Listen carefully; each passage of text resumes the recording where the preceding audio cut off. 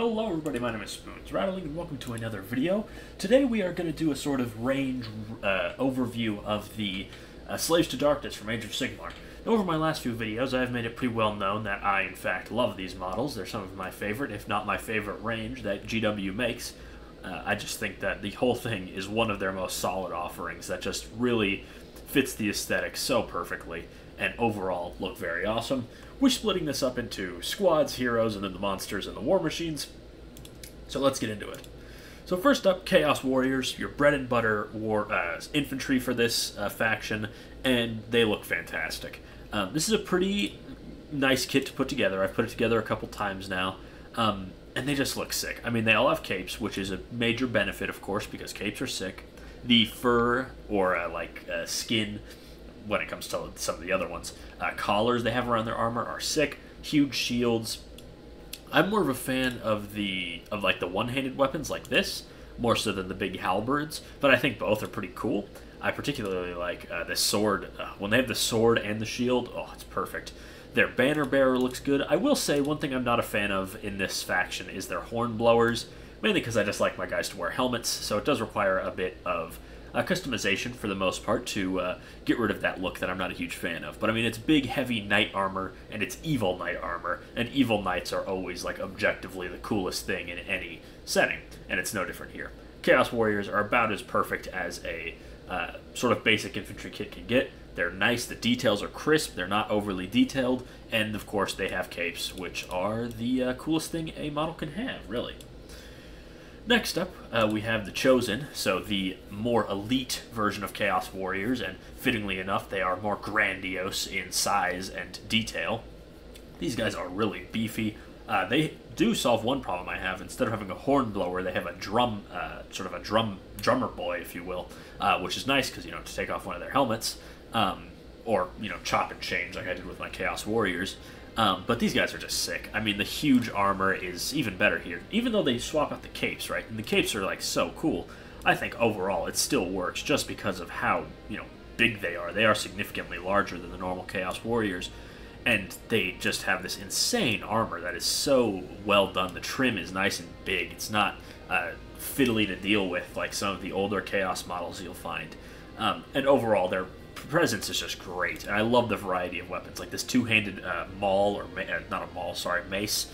So sick. If we go back up to the top one, nope, PDP fallback image, missing image servo. Let's refresh that. Look at these weapons, right? The two-handed axes look awesome. A giant warhammer, the Warhammer 40,000 has been found. Even their standard bearer just looks so awesome. Overall, these guys are just effectively more fancy Chaos Warriors, which is nice. And they do have the interesting note of having their eyes be exposed, but for mine, I just fill that in with, Abaddon Black, and that is so pitch black, it just brings in that intimidating Dark Knight look, almost like our beloved Dark Knight from Monty Python and the Holy Grail. But overall, these guys are just as good, if not even a little better, than the normal Chaos Warriors. I love all their weapons. Their poses are fantastic. They just have such great presence on the board. And of course, horned helmets are the coolest thing ever. Next up, we got their Knights. Oh, and Chaos Knights. This, aesthetically, is probably my favorite unit in the army, though, unfortunately, it is a monopose kit, which I do not like. But, I mean, Knights on horseback are so cool. And their armor is huge. They also have these huge flowing capes. They have the sickest helmets. Look at this guy's helmet. It is just so cool. That big grill face, like a Man in the Iron Mask or something like that. And in general, just huge, double ranked up units of knights charging forward with their lances out. It looks awesome. It looks awesome. And then the champion can take things like a flail, which I don't think they have. Maybe they have it in the big squad picture. Right here? No, they have them with the maul. I built mine with the flail, because flails plus Dark Knights is a sick aesthetic. I wish they weren't monopose, but that's really my only knock against them, is they aren't super customizable without doing a good bit of chopping and changing, which for the amount of knights I want to run a debt, I will have to do. And of course, I don't particularly like their hornblower. Similar problems to the other ones. But for that, I end up just sort of painting them slightly differently so I don't have to build them as hornblowers. That's a little life hack for you. Next up, we have the Ogroid Theridons, which also fantastic models. These guys are some of the newer models released for the Slaves to Darkness, and they are awesome. I mean, they're these huge, not quite minotaur, because they don't have like man's body, but that's definitely the aesthetic they're going for, right? Big minotaurs, which are a fantasy staple in so many games and settings in general. And I mean, they go back all the way, to King Minos and the Labyrinth and all that. And these guys are just a really sick representation of that. I love the two-handed weapon look. They've got all the sort of command options, if you will. I love the banner look, or standard, if you will. Just an entire army with all of these standards just standing up. Just looks so awesome. Even if you don't do anything crazy with the design, I just love that look, and it makes me wish Ancients were better in Warhammer 40k. And I mean, these guys they're pretty beefy. They're they're a good bit larger than your standard Space Marines, and they do have some options, right? If I'm not mistaken, you can build. I think you can build some of them with, like a short sword and a shield. If I'm not mistaken, I don't own any of these guys, unfortunately, but yeah, there's the shield I was looking for, and the machete-like weapons. But yeah, these guys are also. I mean, they make like the perfect auxiliary unit, right? Sort of. This is going to be a strange parallel, but think of the Guard, right? You have the Ogrins, which add in that bulkiness to the army. Now, this is already a very bulky army, but then you add in these huge monsters that act as just extra muscle that are coming along with the army. It just adds in that visual punch that's really great in an army. And part of the reason I like Slaves to Darkness so much is that they're all unified in their armor aesthetics and things like that, but there's so much variety in shape and size of units. That's just awesome. I love the Theridons. They're really cool. And they hit pretty hard, which is exactly what you want. Next up, we have the Varangard. These are Archaon's main boys. And this is a kit that looks fantastic, is super customizable. Like they have all sorts of different helmets and weapons and all that jazz. They are ridiculously expensive, though. Though, life hack, these guys cost the same as Chaos Knights. So you can get... Or they're on the same base size, rather. So you can just use these guys if you want to be, if you... want to save $1, which you should want to save $1. But these guys look fantastic. My local store owner runs an insanely elite Chaos army of 7 models, and these guys make up, or not 7, it's, 8 models, I believe? 9? A very elite army, and 6 of those models are Varangard. And Varangard just looks sick. They're on these crazy sort of demonic dinosaur horses, and just look sick. They really look fantastic. And as I mentioned, they have a good amount of weapon options. Like, these guys are all armed with these sort of hand weapons, if you will. But the guy that owns my local store has them all with the spears, like this guy. And also, look at that helmet. Okay, well, no, that image doesn't exist anymore. Refresh. Okay, we have to go all the way back. Okay. I mean, look at that helmet. That helmet is so sick. The 2 eye slits on the side, big horns. It's exactly what you want. And of course, the big, huge shoulder pads, and the trim is just insane, and it's fantastic. And it's just Chaos Knights, but a little bit more fancy, which I like, because I think dudes riding on horses with swords and shields and heavy armor is, like, peak. Next up, we have the Dark Oath Fell Riders. Now we're getting into the Dark Oath side of this, which is the sort of bandit, marauder, barbarian vibes, and I'm going to be honest, these models are good. They look... I mean, about as good as you can expect for barbarian horsemen, right? They're very scantily clad, they've got very simple weapons and armor, and their horses aren't insane demon horses like the Chaos Knights are. But they still look very good, but I will say, this side of the army isn't one that I find terribly enticing. Similar to something like the Custodes, I like the main Custodes, I don't really care about the Sisters of Silence. I like the Slaves to Darkness. The Dark Oath are nice fluff, right? They're filler. And these guys, I think, don't make the best filler, mainly because they're on horseback. And also, they just don't have... they just don't speak to me, right? They just don't. Though they're still good models, I can admit that, at the very least. And they're one of the few units with shooting options in this army. Famously, Slaves of Darkness are not a shooting army, but I believe these guys have some ranged attacks, which is always fun. But overall, probably... on the lower end of Dark Oath and the faction as a whole. Now, the Dark Oath Marauders, I think, do the job of the Dark Oath Fell Riders much better. I don't know why I closed that tab. I didn't need to do that. But these guys get the barbarian look across, I think, better. and they make better filler, because these guys, they're smaller than your Chaos Warriors. They're obviously not wearing as much armor, so just these guys, they make a fine-looking screen, or like if you are going for some big centerpiece unit, then these guys make good fluff to go around that. And their models are all good. I quite like their models. And I mean, they've got shields and axes, which is always a good look.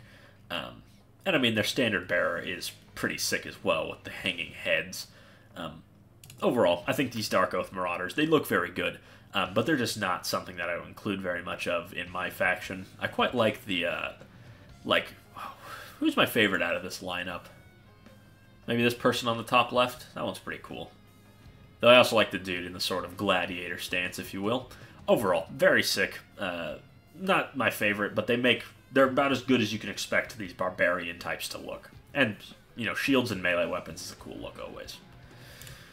Next up, we have the Dark Oath's cooler older brothers, the Chaos Legionaries. Now, these are Bellacor's sort of mortal followers, and these guys are like Dark Oath, but cooler. These guys look absolutely fantastic. I love the sort of leather armor look they've got going on, and especially their champion just looks so sick. He looks like he's right on his way to becoming a Chaos Warrior. But even the rest of the guys, right? They've got these sort of bucket helmets on. They've got these jagged, brutal-looking weapons. I like this dude with the big mace on the bottom left. Overall, I think these guys just look fantastic. And if I was going to include fluff in my army, it would probably be these guys, honestly. Oh, I didn't notice this guy has goat legs. Very cool. These guys are technically a Warcry team, but I don't know anything about Warcry. I believe it's kind of similar to Kill Team, if you will, but... No, these guys are fantastic. I will definitely have some of these in my army at some point. Even though they may not fit the best fluff-wise, since they're usually Bellacor's boys, but maybe I'll just use them as Dark Oath and say, this is what my Dark Oath look like. But I won't do that. I'll run them as Legionaries, because the Legionaries, I think, are better in-game. But we're not really talking about in-game strength at the moment. I don't think these guys are super customizable. That is one thing. Hold on, let's see. Builds a full warband. 8 multi-part, 3 each with a choice of dart. Looks like they have some options, actually. And then, of course, they have the stuff for Warcry itself. Yeah, it's fantastic. It is interesting. They come on different base sizes. Not something you see very often in Age of Sigmar, outside of Warcry units, which I guess makes sense that these guys would have that then. But overall, another fantastic sort of look. Honestly, I hope one day we get a whole range of Chaos Legionaries. I think that would be a really cool look for an army, to sort of have a midway point between the Slaves and the Dark Oath. Anyways, next up we have the Splintered Fang. So these are your Snake Cultists. These guys are for Warcry as well. There are a few Warcry units. Oh, come on. There are a few Warcry units that we're going to look at next. But these guys look pretty cool. They do kind of have a sort of hoplite, or hoplite, I suppose. No, I'm just messing. I'm just going to call them hoplites. These guys have that sort of aesthetic going on, right? It's the light armor, it's the big swooping crests, the sort of gladiator weapon styles, right? You have a trident and net thrower. You have, sword and shield, or I guess whip and shield in this situation. But there's also a sword and shield feller up on the top left. And then you have this crazy snake sorcerer, which is honestly just a sick model in general. Ooh, I just pinched myself, sorry. This is a pretty sick model in general. I've seen people use these guys as Alpha Legion cultists in 40k, so obviously I quite like that. But these models are also very sick and bring a lot of flavor to a faction if you're using these guys as your mortal followers, in my opinion. And I think, honestly, these guys are also way cooler than the Dark Oath. Just fantastic. I love the helmets. I love the serpentine aesthetic a lot. And overall, I think these guys are very cool, very gladiator, and I think that is a very good look for mortal followers of Chaos. I'm not sure who these guys follow. I presume Undivided, since there's nothing particularly specific about the Chaos Gods here. The Unmade. These guys capture the horror of Chaos quite well, in my opinion. These are sort of horrific, like, modified cultists for Chaos, and I think that's best shown off here with this Blade Runner, if you will, with these insanely tall prosthetic prosthetic feet. I actually don't know what these would be called. Obviously, they're based on a real-world thing that people who lose their limbs, unfortunately, have to use. But, I mean, not only that, they cut their arms off, replace them with these giant sickles that have these large sort of scrolls hanging off them. But also, I love the almost Royal Guard from Star Wars look that this head has going on. And I also like the triple face thing. You've got this poor fella that got stretched out onto a circle. You have their face under this slit, which is very subtle and I like quite a lot. And then you have the 8-pointed star, as well as, also I just noticed, hold on, you have the star here with 7 points, and the 8th point is on their face. That's a really, really sick note. And the skull on top, of course, you can't be a Warhammer thing without skulls. Overall, this is a horrifying model, but in the perfect way. It's exactly what you would expect from the insane followers of Chaos. And then, I mean, the rest of the cultists are also just as, like, horrifying. They're almost Frankenstein's monster sort of aesthetic with, like, the stitching and scars going on. And these horrific helmets, what I presume is a helmet. I believe it is. I don't really know what these guys are, outside of just being insane followers of Chaos. I also like the look of one arm just being a knife, and then the other arm, presumably he hasn't had the resources to replace that one yet, he's just carrying a knife normally. I don't know what demented him to take his arm off, perhaps one of those insane chaos gods he follows. But these guys are just crazy, like they are diabolically evil looking, and fit Chaos perfectly. Also, this guy has a chain whip, Simon Belmont, very cool, that immediately earns it brownie points. Awesome, awesome kit. Also cooler than Dark Oath. Next up we have the Horns of Hashut. Now these guys, these sort of remind me of the Men of the East from the Peter Jackson Lord of the Rings films. And yes, I know they're from the books, but I'm saying that aesthetic, it reminds me a lot of them. And these guys, I think, also are cooler than the Dark Oath. Hold on, how many do you get? 2, 4, 6, 8, 10. You get 10, so you could run these guys as Dark Oath pretty easily. If you wanted a slightly more interesting aesthetic. That's a cool looking, what is that, like a smoke spewer weapon? Didn't mean to click on that, but still. Yeah, these guys are pretty cool. The bowl aesthetic is pretty solid. Not as interesting as the Splintered Fang or the Unmade, but definitely above the Dark Oath. Very flavorful. I feel like if you're using a lot of Myrmidon, or Orgroids, the Therodons and the Myrmidons, these guys would make awesome mortal followers for them. You know, just given the bull aesthetic, I think that would be a very cool and thematic army to see on the tabletop.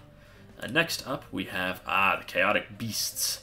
So this is the most recent iteration of sort of like the minor chaos creatures. You got your Furies, and you've got your Raptorix. Oh, sorry, I got those mixed up. For some reason, I thought the big birds were the Furies, and the little guys were whatever they were, but rather, you have these small flying imp goblin types that are sort of gargoyle-ish in nature, and I think, again, are very solid models, just as, like, a look, and makes me wish, honestly, we had more stuff like this in 40k, to go alongside my Chaos Space Marines. But you have these insane birds that are mixing traits from, like, every sort of reptilian archosaur, if you will. They have, you know, these crazy frills. They've got the big wings. They remind me a lot of what Velociraptor was probably like, though obviously this thing's sort of it's a vague resemblance, like if a Velociraptor got addicted to crack. And overall, again, it just looks really good, like a crazy chaos bird, which is what it is. Then you've got these mischievous little goblins with wings, and little daggers, and they look exactly like what you would see hanging around the edges of a Chaos army. Like, these guys, they aren't the main fighting force, but they're hangers-on, right? They like to mock your enemies and plunder what they can. And they just are really characterful little guys that, you know, they're your standard, like, if you think about a fantasy setting that has demons in it, you think of something like this. These guys will be your low-level demons that always think that, you know, they're always high and mighty. They make fun of your opponents, but in reality, they're very weak. It's that sort of archetype that I really enjoy. And then, of course, the Raptorix are just insane-looking. And that's exactly what I want from Chaos. I want these insane-looking beasts. They really are fantastic. And the Furies, as they said, they add in that flavor of the silliness that the demons often bring. Next up, the Chaos Spawn, one of the few remaining bastions of an old kit in the Slaves to Darkness list, and I think the Chaos Spawn, for as old as they are, I believe they came out about 20, 21 years ago, they hold up pretty well. They're pretty customizable for their time. Like this, looks significantly different from this, or this. There's a lot of customization to have here, even though the detail's a little bit rough around the edges. You can do a lot with the Chaos Spawn, and I think that, again, you can't have Chaos without these insane mutated-looking beings, and Spawn are exactly that. They're just these large masses of writhing flesh, tentacles, and arms, and an eyeball on this guy's back. Overall, Chaos Spawn, they're old. They definitely could use an update, but this kit holds up well, just because it's so customizable, and because Chaos Spawn innately just looks so malformed and weird, that sort of mushiness to them isn't as unfitting as it is on something like the old Sisters models, which looked hideous. But yeah, Chaos Spawn, they're nothing special, but you can't have a Chaos Army without Chaos Spawn. So next we're going to move on to, we'll do the monsters next, we'll save the heroes for last. So we have the Soul Grinder, definitely an oddity in Age of Sigmar, and it certainly wasn't fantasy as well. This is effectively a Chaos Defiler with a demon growing out of it. Now, it does give it a very unique flavor. From the first time I've seen a Soul Grinder, I always remembered a Soul Grinder, because it's just such a strange thing to have in fantasy. It has these very obvious, mechanical, manufactured, robotic legs, a weird string of guns on its right arm, and then a huge orc power claw, I'm going to call it what it is, on its left arm. It's this huge, strange demon engine that you wouldn't really expect to be in Age of Sigmar, but it is, and I mean, it was in fantasy too, so it makes sense. And it certainly looks imposing. These things are pretty big. And they also can be used in 40k, like most demon things. But it's just a very bizarre model, and it doesn't particularly fit in well with the established aesthetic of the Slaves to Darkness. But you do kind of have to give it a little bit of bonus points for just being so unique. But it's certainly not a model that I'm particularly in love with, and will certainly not be including this in my army, as it would just look way out of place. That's just kind of the truth of the matter. The legs don't make any sense. These legs have pistons. Piston technology was certainly not invented then. And it also wasn't invented in the Renaissance era of Old World. It's just very bizarre. Though I do like the model, it just doesn't really fit. In my opinion, it might be my least favorite model in the entire range, but only because it doesn't really fit in. It's the red-headed stepchild of the range, really. Another double duty. The Vortex Beast and also the Slaughter Brute. Very, very interesting model. I love the giant swirling energy on its back. I love the tentacled maw. And it's overall this kind of a crazy crab gorilla. If you look at it, it's got the knuckle dragger stance, but it's got chitinous armor all over its body. And I do really quite like that look. I think, again, it fills the same role as a battle tank does in 40k, right? If you think back to those army images of what you'd see in your codex or on a White Dwarf, there would always be that giant monster, giant tank in the back that brings something to the army that just makes it feel all the more imposing. And the Mutilith Vortex Beast, and by extension the Slaughter Brute, do a fantastic job at that. The Slaughter Brute leaning more into the sort of guerrilla aesthetic, and this thing leaning more into the unknowable nightmare aesthetic of Chaos as a whole. Overall, fantastic. Pose, I believe, is a little stiff, but overall, it's a really cool model. I mean, anything with a giant, bizarre tentacle mouth is pretty sick, like the Haruspex from the Tyranids is also fantastic. But yeah, it's so bizarre and so fantastic. It fits the demon aesthetic so perfectly. Just so perfectly. Let's give it a quick 360. Yeah, I mean, look at that. It's got this crazy musculature, and then it's got the crab armor going on. I mean, it's terrifying. If I saw this thing charging at me, I would be horrified. And it's just really sick. It really is. I love the strangeness of it. It's just so perfectly Chaos. Here's our faction terrain, the Nexus Chaotica, and while terrain usually is sort of in the background, having themed terrain like this is it's always appreciated. And this thing does look pretty cool. It's got this bizarre obelisk with horns sprouting out of it, because chaos means horns. And then you've obviously got the 8-pointed star half buried in the ground. It looks like it erupted from beneath. And obviously it's got all this lava spilling out. There's not much to say about it because it's a piece of terrain, but it does make a very cool backdrop. There's like a pedestal kind of thing here. Great place to pose your heroes for pictures if they're not on horseback. And overall, it's a fine piece of terrain. There's not much to say about it. I like the obelisk. It looks like it's cool. It erupted out of the ground from a ritual. It's good in my book. Chaosy enough. Next up, we have the Fomoroid Crusher. And this sort of cycles back into what I was talking about with the Ogroid Therodons. This has that brawlic presence of something that's a perfect auxiliary unit. Also one of the only ranged units in the game, for Slaves to Darkness at least. And it is a pretty sort of classical ogre, if you will.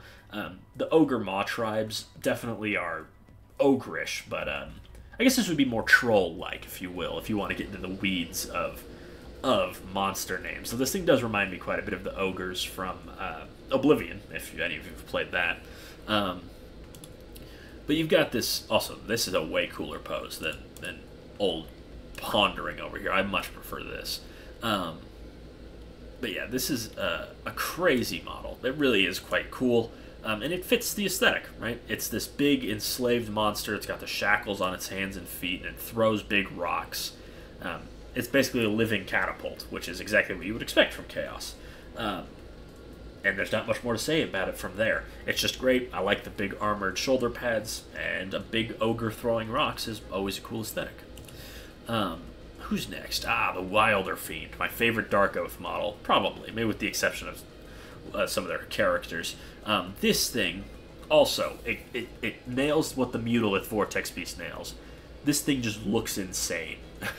I mean, look at it. It's this huge, vaguely humanoid, thorn-backed monster with a snout, with just jagged teeth growing out of everywhere. It's just bizarre. And that's exactly what you want from a Chaos monster that, if you're unaware what the Wilder Fiends are, they're Chaos Dark Oath champions that sort of failed, and they were turned into these things by the Chaos Gods, and they stalk their warband from a distance. But they're horrific. They're very, very bizarre, just weird creatures that look exactly like you would expect from, cryptids in a fantastical universe. It almost reminds me of the Balverines from Fable, though obviously the Balverines are snub-nosed and these guys are snouted. But yeah, it's fantastic. I love all the trophies. It hints towards the fact that this was once a human, as bizarre as that may be, and plays into that body horror aspect of Chaos that is sometimes underrepresented. But definitely this is a highlight of it. And the thorns growing out of its back, it's just great. And if you look at it, you can see the humanness in it. But you also know that whatever humanness was there is now long gone. Next up, we have the Chaos Chariot, one of their older kits for sure. This is an old world kit by just how old it is. And this is my preferred build. I love the Gore Beast. It's like a big, scaly gorilla, and it just looks really cool. I like the big Magnus nipple horns quite a lot. The chariot itself, it's pretty standard, but it's effective. It's got the 8-pointed star on the front. You've got this really cool champion on the back who can be built with a cape. Then you've got your trophy poles. Of course, this is, it's a standard chariot, but it fits the chariot build perfectly, and honestly, I think Chaos using chariots is very fitting. Most factions have some kind of chariot, but this is how chariots worked in history. You had the guy on the back, you had the driver, and you had whatever was pulling the chariot. Granted, the guy on the back usually used a bow and arrow, not a melee weapon. But could you expect anything less of a Chaos champion, really? So you can build this huge swooping cape. And I definitely prefer the Gore Beast chariot to the normal chariot. But it's great. I love the bare-chested driver. I think that fits perfectly. The one arm covered in armor is always a cool look. Asymmetry is always sick. And I like the customization of the trophy racks and the different weapons the Chaos Chosen, I believe he is on the back, can pick. And overall, it's just a solid chariot, and it comes with a giant gorilla monster, so of course I like it. Next up, we have the Mindstealer Spheranx, which is a very, very bizarre creature. This one always strikes me as as sort of Zinchian creature, even though I don't believe it's, technically a chaos monster. No, they are.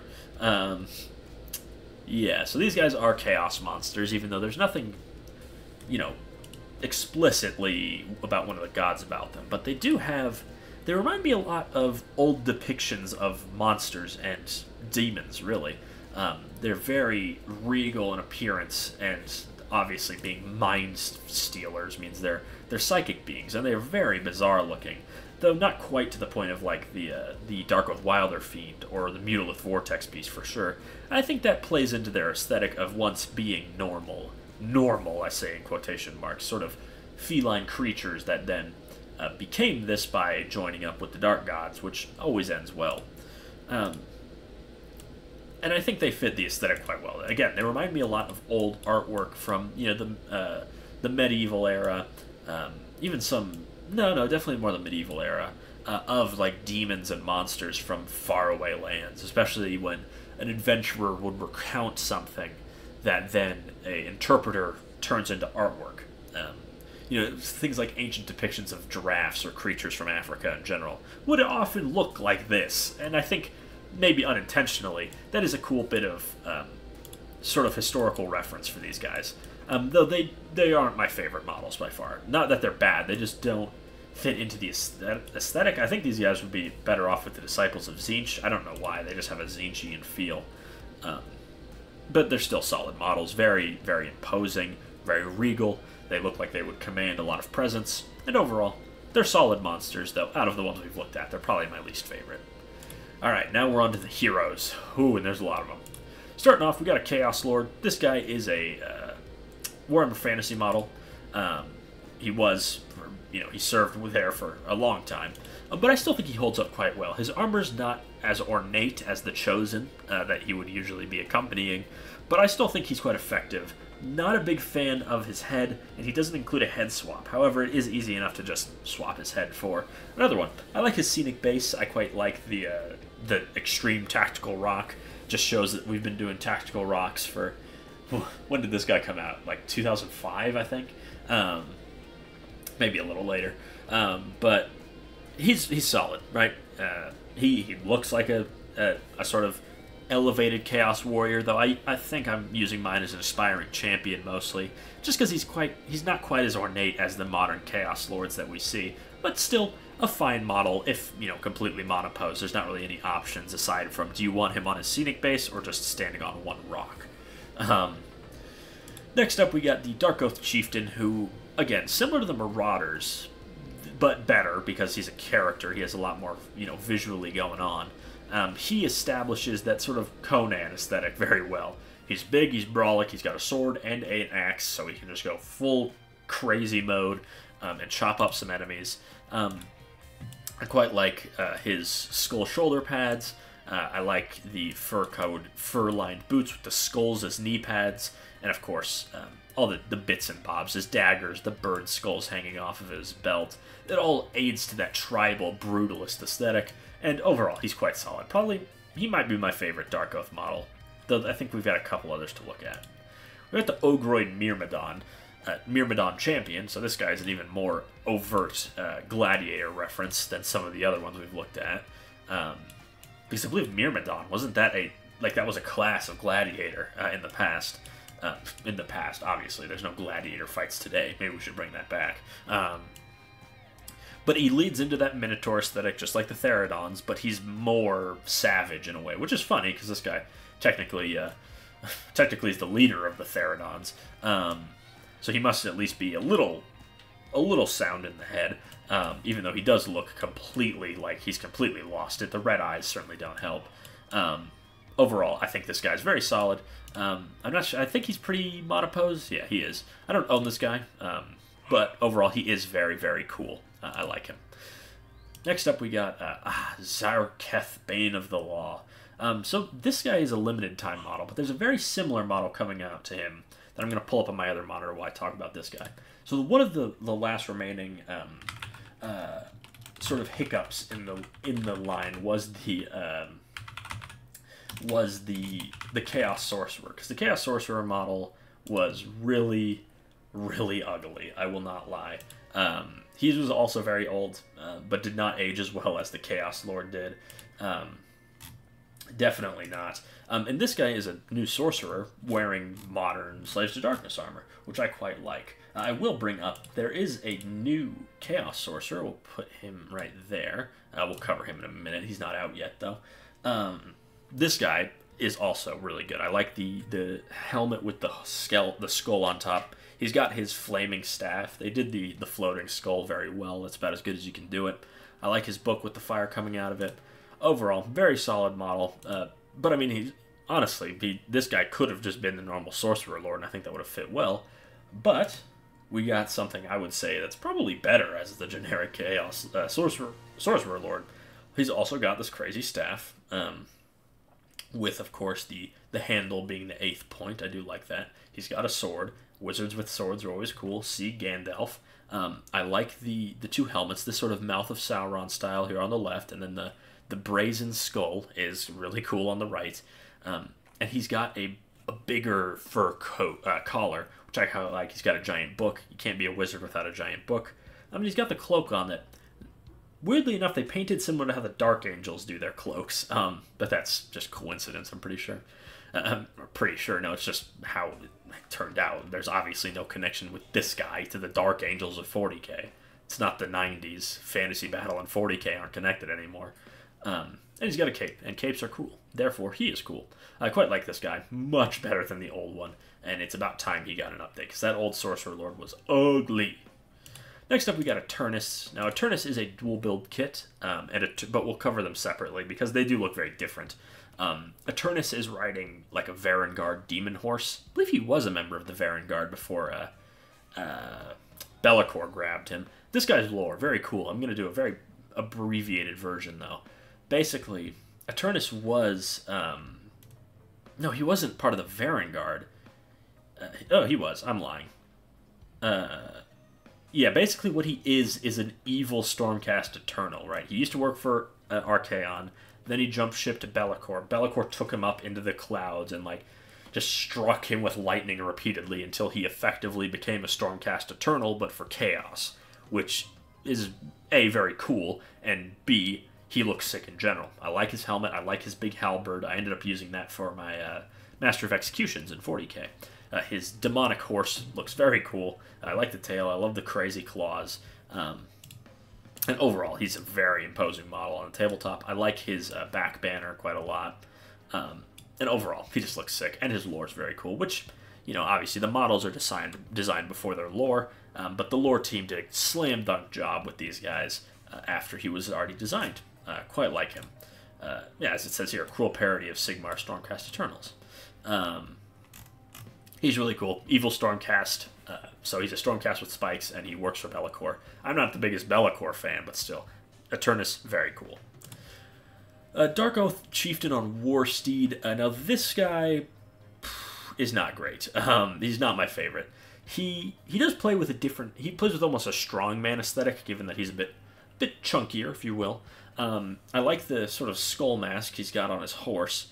But he doesn't quite have, like, if we compare him to the Dark Oath Chieftain, this guy, he has that smug, crazy strong barbarian aesthetic. This guy, not so much. He honestly looks like he could be the champion of a squad, not the leader. Personally, I would have gone for something a little more brawlic, give him a bigger weapon, maybe like a warhammer or something like that, right? Just a huge hammer that he's riding through the ranks, he's just molly-whopping people with, instead of the slightly tiddlywink-looking axe that he currently has. I think I do like that helmet on the top left. That does help a lot. His unhelmeted head is not good. That is definitely a part of it. But yeah, this guy I don't think sticks the landing quite as well as his on-foot variant. Oh, we have two Eternuses. He always comes back, right? So Brand's Oathbound. These guys are from Warcry? Right? Not Warcry, no. Underworlds. And these were sort of the guys that established the Dark Oath, but they're, I'd say, in my opinion, a little closer to Chaos Legionaries. Quite like this wizard guy. He looks very mischievous, very strange. It reminds me of a lot of like horror videos you would see a few years back. But I like him, it, they, I don't know. I like the beak as well. Then you've got this sort of Forge Master guy who I quite like. I would like to include this guy as a background model for my army. Just because, well, having a blacksmith just makes sense for the Slaves to Darkness. I quite like that. And then you have guy on horse, which is kind of bland looking. Not much to say there, though. I mean, it's a bandit. It looks like a bandit, so I suppose that fits. And this is Gunnar himself, if I'm not mistaken. Gunnar Brand. This guy, also really solid Dark Oath, Marauder, Barbarian aesthetic. A little more, almost like a more Skyrim influence, I think, with the armor he's got on. But I dig the akimbo axes. He's rocking a crazy mohawk, which I can always respect. Very solid Dark Oath model. This guy would make a great Dark Oath champion. Be'lakor himself. Now, I was talking bad about Be'lakor, but if there's one thing I won't say about Be'lakor, is that he has a bad model, because he does not. Be'lakor's model is fantastic. Transporting it, no idea how you would do that. However, model does look fantastic. The wings are so imposing on the tabletop. His sword is just such a fun opportunity to do whatever you want with. He has the opportunity to have either a... he has a few options for his base, doesn't he? Because he's a Slave to Darkness. And I believe you can also... Yeah, you can put a Primaris Lieutenant there, which is always fun to see on a base. Very imposing. I think I like the pointing hand that he's got here in this one more than I like his sort of at-rest stance. It makes him feel like this guy got it. Next, I'm coming for you, right? The outstretched hand's very solid. More so than the hands down. That's interesting. I guess it makes sense. They had to paint the different bases, but I didn't realize the 40k paint job for Be'lakor has more blue. The Sigmar one doesn't. Interesting. Be'lakor's model is just fantastic. Makes a perfect centerpiece. The wings are just so huge and intimidating. All the chains are really cool. And of course, the Sword of the Shadows, something like that, fits really well. And I like his armor plating, as sparse as it is. Overall, Be'lakor, very cool model, even though he's not my favorite character. Dark Oath War Queen. This is a pretty solid model. Evidently a little older than the Dark Oath Chieftain. I think that's evident in just the level of detail. If I'm not mistaken, was this gal in Old World? If not Old World, she was definitely a first edition kit. Malign Portents. I'm not sure when that's from, but she's definitely older than the rest of the Dark Oaths, just model-wise.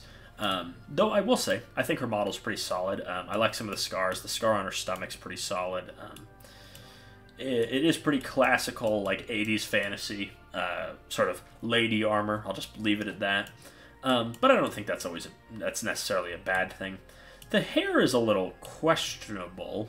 I like that she has the long full head of hair, because that's something they don't do super often. But the weird tuft coming up doesn't really make sense to me. If I was to get this model, I'd probably cut that off. But she's got a cape. I like her big axe. The shield's a little on the wimpy side. Wish there was a little more scarring going on. But aside from that, pretty solid model, even if she is... her base is very small. She should not be on a base that small. Look, her foot's hanging off. We're not in the 90s. Let's not do that anymore. But, yeah, it's a solid model. I mean, it's a little simpler than the other Dark Oaths, but it kind of helps her stand out in a way. It's more Spartan in appearance. But overall, solid model. I would just get rid of the tuft of hair on the top of her head. That's just a little odd to me, which doesn't look like it would be too hard to do, because it looks like her head comes in two parts. I suppose eventually I'll have this model, and when I do, I will in fact do that, just because I don't like the way that tuft looks from behind. If you see what I mean, it just doesn't make sense to me how that's happening. Regardless, solid model, though, nothing standout. Now we're on to something standout. Unfortunately, this isn't available anymore, but let's go through these one by one. The Mybalor Darkfang is a sorcerer lord for chaos. She's sort of mutated. You can tell by the weird big fang, the horns. She's got hoofs instead of feet. She's got fur growing off her arm. This is a she, right? Sorcerer. At least in there. 2 years, Mybalor, many blessings. Yeah, it is a her. I like the crown, or the halo of the 8-pointed star. Again, another creative use of the 8-pointed star on her staff. You have the 2 horns, and then you have the... so you go 1, 2, 3, 4, 5, 6, 7, and then her pole is the 8th point, which is always a kind of cool little Easter egg, if you will. And then we're going to get to the meat and potatoes, because, to be honest, my Belor herself is very uninteresting. It's her minions that everyone likes, because this guy is hilarious. Look at him. He's a miniature slave to darkness. He's a miniature chaos warrior. He's got a sword that's twice his height. He's guts. Sorry, I'm going insane looking at how cool this model is, but he's just fantastic. Look at him. Look at him. He's so cool. He's so full of himself. I'm sure he would be a mighty warrior. Sigmar's finest couldn't topple this guy. Look at that sword. If he can wield that sword, there's no one that can stop him. This is easily the best model in this kit, but we are going to cover the rest. We've got a little, not quite a nurgling, little frog guy that I quite like. He reminds me of 90s 40k quite a bit. He's got that silliness to him. He's like a weird hairy frog thing with a bone flute. Very 40k, very silly, very good. Love this guy. Next up we got, little wizard man. I like this guy. Let's look at him. He's like a gnome gone evil. I don't know. I mean, just a rogue guy carrying a bunch of scrolls. He looks like he would be helpful to have around the house. I love him. He's silly. He's fantastic. And then we got a little living cauldron, which also very bizarre, because this appears not to be a cauldron given life, but a creature shaped like a cauldron, because its legs are melded in. It has a spine. Very bizarre. Definitely something you would see in the background of old Warhammer artwork. These sort of strange little goblin creatures. Does its fork have a face? That's ladle, I suppose. Another fantastic model, but we all know this is the best model here. This is the best Slaves to Darkness model in general. He is the most powerful being in all of Age of Sigmar, no doubt, and in Old World too, and 40k as well. Actually, I'm lumping them all together. Ooh, the War Shrine. I love the Chaos War Shrine. This is another older model, but unlike the old Chaos Sorcerer, this one holds up very well in my opinion. You've got your Chaos Priest on top, who, of course, as a Chaos Priest, is holding a decapitated head and wields a giant sword. He can be customized a little bit. I'm not sure if they have any pictures of that, but you can pose him differently on the shrine itself. Okay, come on, refresh, please. You can pose him differently on the shrine, and then the shrine's carried by these 2 horrifying mutants that are just very bizarre. Remind me a little bit of Aberrants from the Genestealer cults, though these guys obviously came out first. But I mean, if you look at it, it's very bizarre. They each have an extra set of limbs somewhere. This guy's extra arms. The bat guy has an extra leg, and this guy obviously also has an extra head. Fantastic, just fantastic. Then you've got this big war shrine that's being carried by them. You've got your execution altar back here with a huge axe in it, and then of course the priest himself. He's got on one of the waist capes, which waist capes are always very cool. And then of course he's got a giant horned helmet and a big sword. This is one of my favorite centerpiece models. It holds up super well. I love the 8-pointed star on the back. I love the guys carrying it. Overall, I mean, you got the brazier. You can mark it with the different marks of chaos if you want to, or just leave it undivided. And yeah, the priest himself just looks fantastic. And even the front of the thing, it looks like it's alive, which, given that it's chaos, it probably is. Just absolutely fantastic. I don't know, I'm looking through the sprues, but I'm getting one of these, so that might be why. Overall, just fantastic. Oh, we're back to the Myrmidon. You're not supposed to be here. Gaunt Summoner. So very Tzeentch. Unsurprisingly, he can be run in Disciples of Tzeentch. But I quite like this guy compared to something like a Fate Caster, the guy with the head that's shaped like a moon. I quite like this guy. I think he gets that sort of horrifying wizard aesthetic going quite well. Got lots of eyes, as you would expect from Tzeentch. His armor has eyes. His staff has an eye. The all-seeing eyes are great. I like that he's stabbing into the book and then it's spewing out fire. Now, I quite like this guy, though he does kind of have the problem of being slightly overshadowed by the other one we're going to cover. I will say, I quite like his armor, even though he obviously is a twig. He would die to anything. The armor looks very cool. It's pretty standard for Tzeentch fairs. Their armor is always very cool. And I like the flowy robes. I mean, what's to say? But the problem with this guy is he's often just overshadowed by his disc variant. Now, the disc variant, I'm not sure exactly why. I don't know when these models came out. I think this guy might be a little older, if I'm not mistaken. But, I mean, he looks a good bit spookier than this guy. This guy's face is, it sure doesn't have eyes, but it's not like stretched thin or anything. This guy has got like this weird ridge going across his head. The fleshy things protruding out of his head look a little thinner, more raspy. Also very cool armor, I will say. Not quite the traditional Zinch fare, but that could also just be the paint job. The gold does look very good, I'll say. But yeah, this guy, the problem with this guy is he just gets overshadowed by this guy, who I think looks a lot cooler. Of course, the disc does add to that. It makes him a lot more imposing, makes him more of a centerpiece than the other guy. Still got his dagger, still got a big staff. No eye on the staff this time. Zinch won't be happy about that. And of course, he's a wizard, so he has a book. Love this guy. Another fantastic model. Definitely the cooler of the two God Summoners. Next up, ooh man, Archaon the Ever-Chosen. So, if you've been around a while, you'll remember when Archaon rode a normal horse. I'll have you know that that dragon he's riding is the same horse, just mutated a little bit. That is still, oh, what's its name? Dorgar, that's right. It's still Dorgar, but he just looks a little different. Archaon himself looks absolutely fantastic. He's got that huge, almost executioner blade. Then he's got his big shield. His armor is very ornate. He's got a big cape.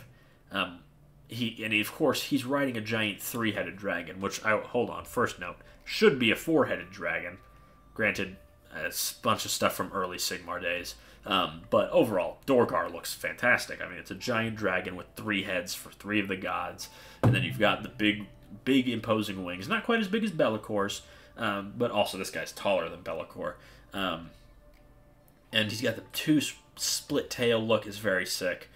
There's not much to say about Archaon other than that he's a fantastic model. Archaon is a major prick in the game, in the universe, and I mean he fits the bill. It's not like I could tell this guy no. Look at him, he's enormous. He dwarfs just about every other model there is in plastic, with like the exception of the Stampa. Again, fantastic model. On a slightly more subdued note, and also on the side of Be'lakor, we have the Centaurian Marshal.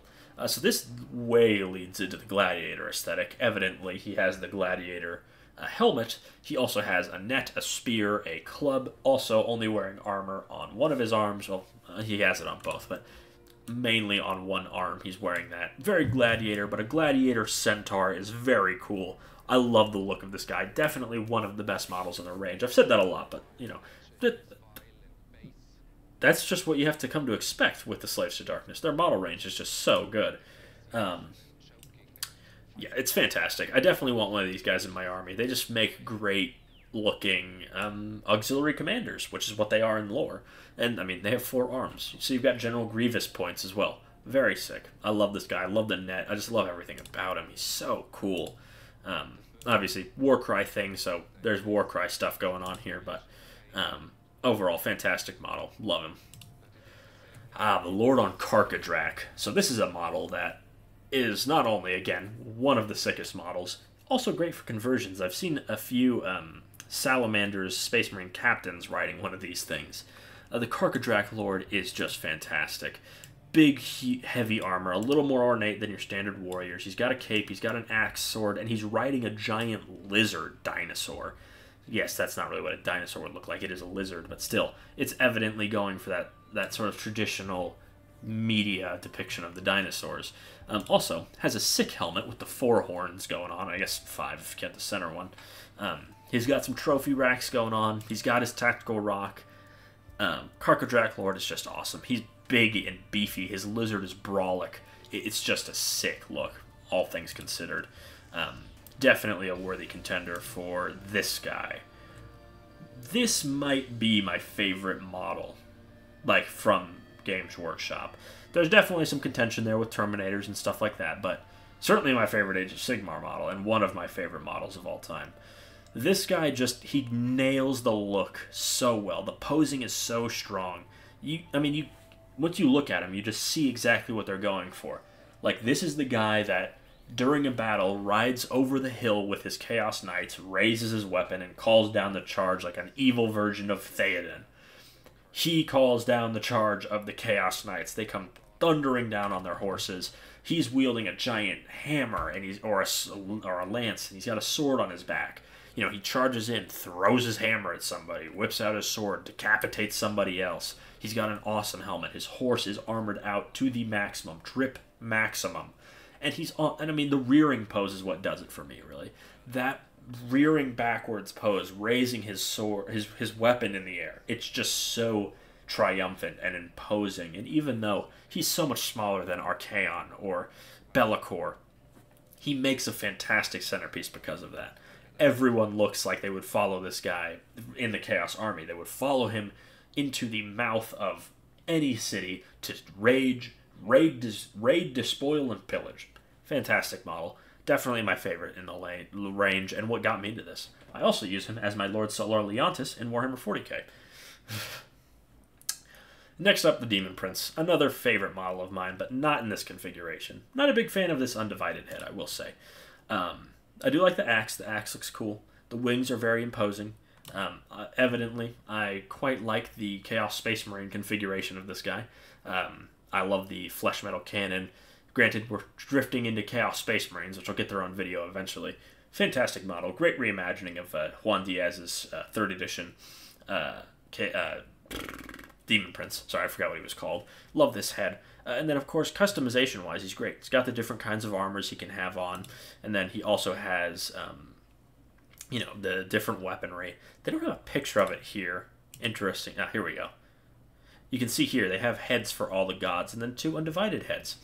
I really think this just fits really well. I own one of these Demon Princes. He's right up on my shelf. He's not done painted, but he is battle ready. And they just look fantastic. Another fantastic centerpiece. Not quite as solid as the Demon Prince or the Demon Lord, Chaos Lord on demonic mount, but this guy is pretty close as well. I've always been more of a fan of generic characters than epic heroes, so that does give him some extra bonus points. But even going further, back to the customization, right? You can give him a different kind of feat. That's not something you see very often. And obviously, you can change what trophies racks he's got. What trophies he has. You can give him a trophy rack, you can give him a power pack, you can give him wings. Overall, I mean, the Demon Prince kit is just one of the most triumphant kits of recent Warhammer in general. It's such an imposing kit. All the detail is super crisp. It's just great. Well, that brings us to the end of our journey. Let's end on this guy, I suppose, with his insane lance.